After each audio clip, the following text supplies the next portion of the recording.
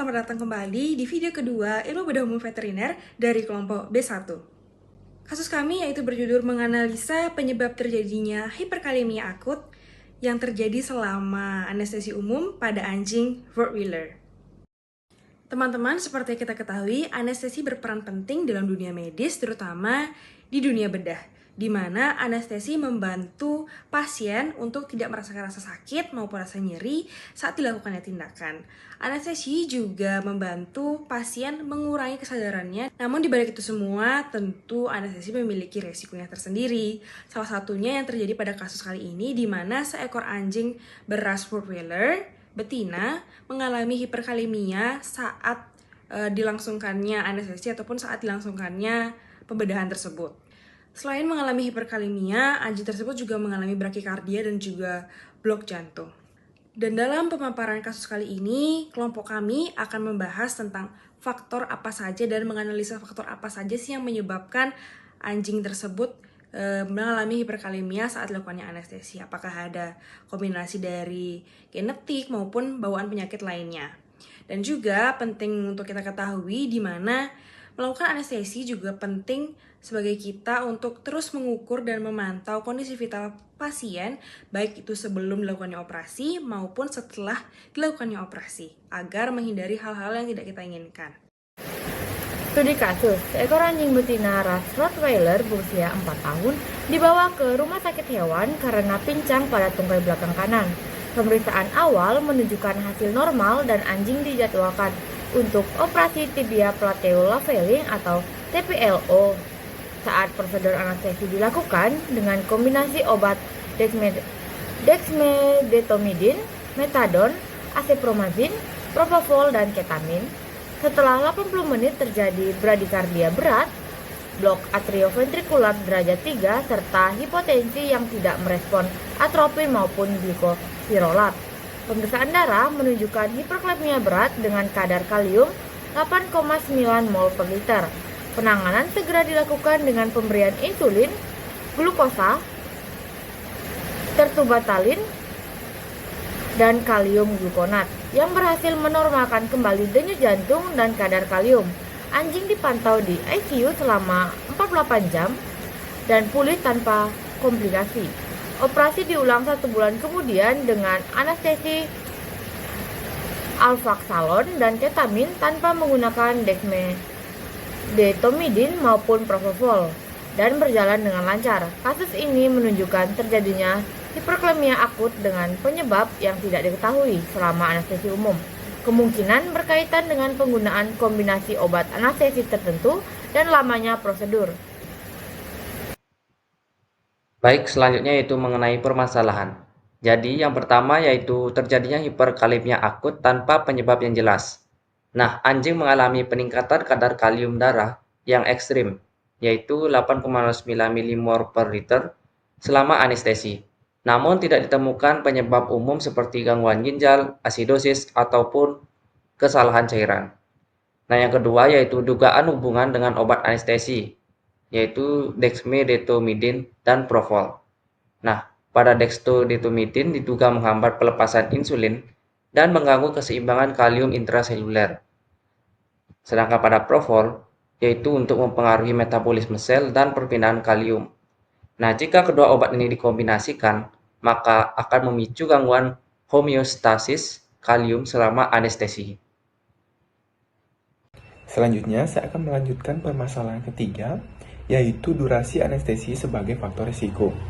Hiperkalemia itu terjadi setelah kurang lebih 80 menit setelah anestesi.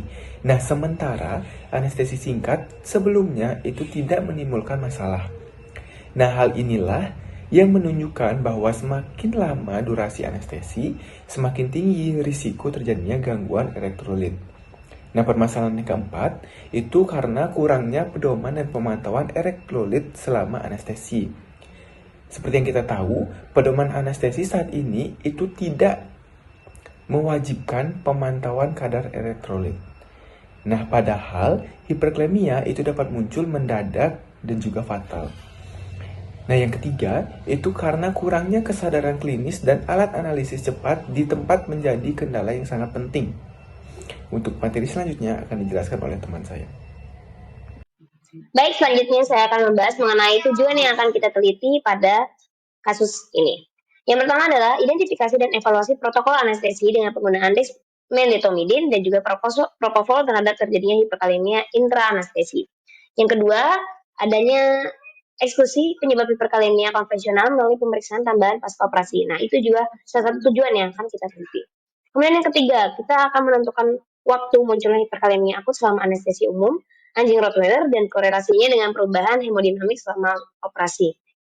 Yang terakhir yakni adalah evaluasi hasil terapi untuk penanggulangan hiperkalemia serta pemulihan elektrolit dan juga fungsi kardiovaskular pasca insiden selama operasi.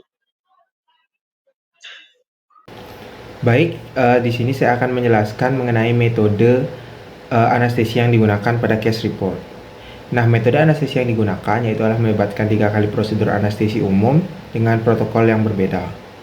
Pada 2 prosedur pertama, induksi anestesi dilakukan menggunakan propofol sebanyak 1,1 sampai 1,5 mg per kilogram melalui intravena dan dikombinasikan dengan ketamin 1 mg per kilogram intravena. Setelah premedikasi intramuskular berupa dexmedetomidine sebanyak 0,1 sampai 0,015 mg per kilogram, metadon 0,2 sampai 0,3 mg per kilogram, dan acepromazin sebanyak 0,03 mg per kilogram. Selanjutnya itu pemeliharaan anestesi dilakukan dengan isofluran dan campuran oksigen atau udara. Sebagai anestesi lokal dilakukan blok syaraf femoralis dan juga ischiadicus menggunakan ropivacaine sebanyak 0,5% atau sebanyak 0,5 mg per kilogram pada tiap lokasinya. Nah, pada prosedur ketiga, dexmedetomidine dan propofol diganti dengan alfa-salon yaitu sebanyak 0,25 mg per kilogram melalui intravena serta ketamin 2 mg per kilogram melalui intravena.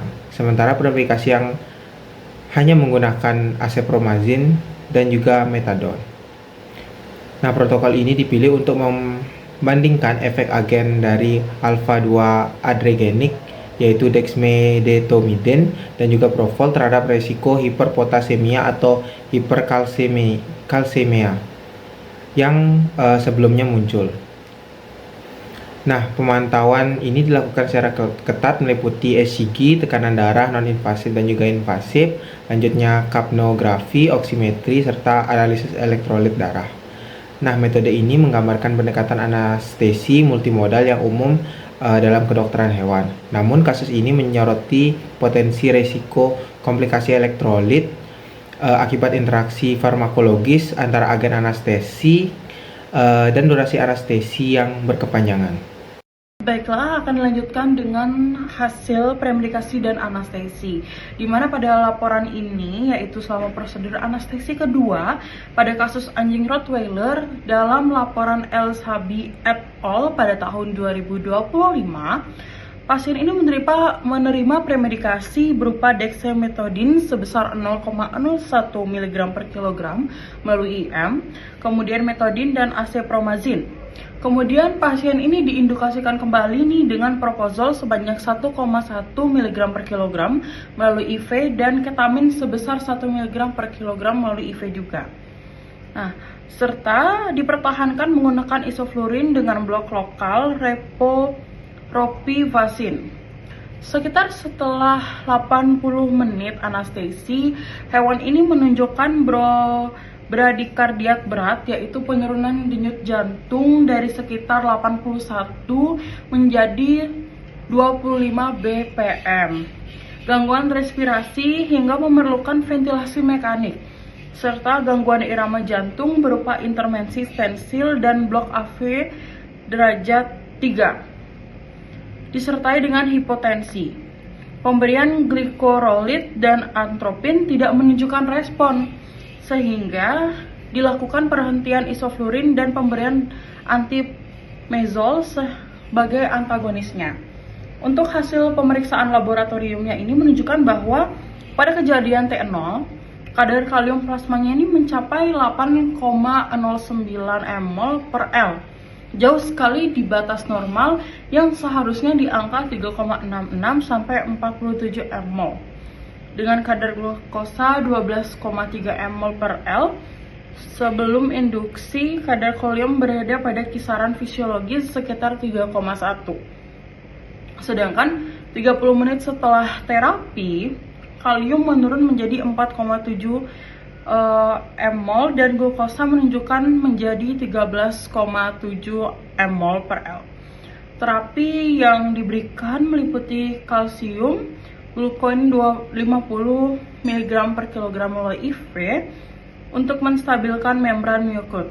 Insulin juga diberikan untuk mendorongkan perpindahan kalium ke dalam sel, serta tertablit sebanyak 0,01 mg per kilogram melalui SC sebagai agonis tambahan. Setelah terapi ini, denyut jantung meningkat sekitar 120 bpm, irama sinus kembali normal, dan tekanan darah pulih menjadi stabil. Baik, selanjutnya saya akan melanjutkan materi teman saya, yakni hasil premedikasi dan anestesi. Jadi hubungan antara penggunaan anestesi dan terjadinya hiperkalemia pada kasus ini itu diduga kuat berkaitan dengan adanya efek dexmedetomidine, yaitu agonis reseptor yang dapat menghambat pelepasan insulin melalui reseptor pada pankreas. Kondisi ini itu akan memicu hiperkalemia serta menurunkan aktivitas pompa sehingga ion kalium tidak dapat masuk ke dalam sel dan akhirnya menumpuk di ruangan ekstraseluler. Kombinasi dexmedetomidine dengan apoid, lamanya anestesi yang berlangsung lebih dari 1 jam, serta penggunaan obat lain seperti propofol dan ketamin, itu juga berpotensi mempengaruhi metabolisme energi sel yang akan turut memperburuk ketidakseimbangan dari elektrolit itu sendiri. Walaupun penyebab pastinya belum dapat dipastikan, namun para peneliti di jurnal tersebut dapat menggolongkan kondisi ini sebagai acute intra-anesthetic hyperkalemia of unknown origin, dengan faktor anestesi yang dianggap berperan besar dalam kejadiannya.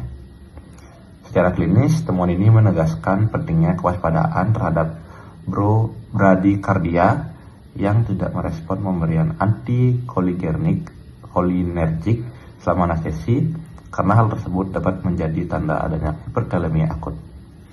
Pemeriksaan elektrolit secara cepat dan interpretasi EKG yang sangat diperlukan agar penanganannya dapat segera dilakukan. Terapi kombinasi berupa kalium glukonat, insulin glukosa itu dapat terbukti efektif dalam menurunkan kadar kalium dan memulihkan fungsi jantung pasien. Kasus ini juga menyoroti pentingnya pemantauan elektrolit secara rutin, terutama pada pasien yang menerima A2 agnostis atau menjalani anestesi dalam waktu lama, karena interaksi antar obat dapat memicu terjadinya komplikasi serius meskipun tanpa adanya kelainan ginjal atau gangguan metabolik sebelumnya. Materi selanjutnya akan dijelaskan oleh teman saya. Selanjutnya, mekanisme terjadinya hiperkalemia. Pada kasus ini, efek kombinasi antara dexmedetomidine dan propofol menyebabkan gangguan regulasi kalium selama anestesi. Dexmedetomidine yang merupakan agonis reseptor alfa-2 bekerja dengan menekan sekresi insulin, sehingga aktivitas pompa natrium kalium ATPase menurun.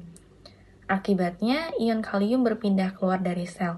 Sementara itu, propofol juga berperan dengan menurunkan metabolisme mitokondria dan respon reseptor beta adrenergik, sehingga sel menjadi sulit mengambil kalium dari darah. Selain itu, durasi anestesi yang cukup lama dan terjadinya hiperglikemia dapat memperburuk kondisi ini, sehingga kadar kalium dalam darah meningkat atau disebut hiperkalemia. Penumpukan kalium di luar sel ini kemudian mengganggu proses depolarisasi otot jantung yang dapat menimbulkan bradikardia, aritmia, bahkan asistol. Jadi baik, di sini saya akan menjelaskan tentang faktor risiko. Jadi faktor risiko yang pertama di sini ada ras. Jadi pada kasus hiperkalemia ini paling sering ditemukan pada anjing greyhound. Namun belakangan ini juga ditemukan pada anjing rottweiler. Hal ini menunjukkan kemungkinan adanya predisposisi genetik yang mempengaruhi keseimbangan kadar kalium di dalam tubuh. Selanjutnya untuk faktor yang kedua ada manajemen anestesi. Jadi untuk penggunaan obat seperti dexmedetomidine yang digunakan bersamaan dengan propofol itu kemungkinan besar dapat menyebabkan hambatan pelepasan insulin dan menyebabkan gangguan pada pompa natrium kalium. Akibatnya itu kadar kalium darah itu menjadi meningkat. Hal ini juga bisa menjadi indikator terjadinya hiperkalemia. Untuk yang ketiga ada durasi anestesi. Jadi durasi anestesi ini juga menjadi faktor risiko yang penting. Jadi berdasarkan laporan kasus yang kami bahas saat ini bahwa hiperkalemia ini lebih sering terjadi pada prosedur anestesi yang berlangsung lebih dari 60 menit. Jadi pada kasus ini terlebih khusus pada kasus anjing Rottweiler yang dilaporkan bahwa tanda-tanda hiperkalemia itu mulai muncul setelah 80 menit setelah anestesi.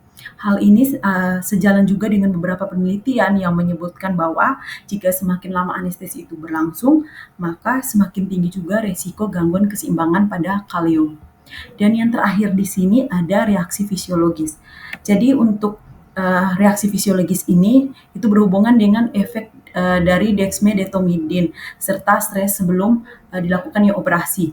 Hal ini juga dapat menyebabkan kadar gula darah itu meningkat dan kemudian kondisi ini dapat menghambat kerja insulin sehingga ion kalium itu menumpuk di dalam darah dan menyebabkan hiperkalemia. Mungkin dari saya hanya itu saja. Selanjutnya akan dijelaskan oleh rekan saya. Baik, saya Ramasiti Juliana dengan NIM 2209511060. Saya akan menjelaskan terkait penanganan hiperkalemia. Jadi selama anestesi, penanganan hiperkalemia difokuskan untuk menurunkan kadar kalium plasmanya dan juga menstabilkan konduksi jantungnya. Di mana terapi utama yang diberikan yaitu yang pertama pemberian insulin yang bekerja dengan meningkatkan aktivitas pompa natrium atau kalium sehingga kalium berpindah masuk ke dalam sel. Dan juga yang kedua adalah pemberian glukosa sebanyak 50% untuk mencegah terjadinya hipoglikemia akibat efek insulin. Selain itu diberikan juga terbutalin sebanyak 0,01 mg per kilogram secara subkutan digunakan sebagai agonis beta-adregenik yang juga membantu pergerakan kalium menuju intraseluler. Kemudian diberikan juga kalium glukonat sebanyak 50 mg per kilogram selama 10 menit dengan cara intravena untuk menstabilkan membran miokardium dan juga mencegah terjadinya aritmia fatal. Kemudian yang terakhir diberikan juga atipamezol sebanyak 0,1 mg per kilogram secara intravena yang digunakan untuk membalikan efeknya dan menurunkan dampak simpatis yang memperburuk ketidakseimbangan elektrolit. Berdasarkan hasil pembahasan dapat disimpulkan bahwa hiperkalemia akut dapat terjadi secara tiba-tiba selama anestesi berlangsung, bahkan pada pasien tanpa adanya gangguan metabolik ataupun ginjal sebelumnya.